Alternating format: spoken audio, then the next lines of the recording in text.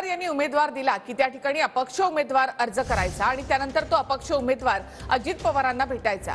पक्षाचे आमदार 100 पार का नाही जाऊ शकले त्याचं कारण यामध्ये आहे असा गंभीर आरोप रोहित पवारांनी अजित पवार यांच्यावर केला आहे।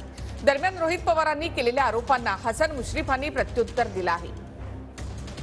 तेव्हा पवार साहेबांनी एखादा उमेदवार दिला नाहीतर अभ्यास करून तिथं उमेदवार जेव्हा दिला जायचा तेव्हा अचानकपणे एखादा व्यक्ती अपक्ष म्हणून उभा राहायचा। पण तो जो नेता आहे तो कधी कधी अजितदादांच्या संपर्कातला असायचा नाही तर इतर लोकांचा, आणि तो अपक्ष उभा राहिल्यामुळे आपला पण उमेदवार पडायचा आणि अपक्षाला तिथं कुठेही तिकीट म्हणजे मतं मिळत नव्हते।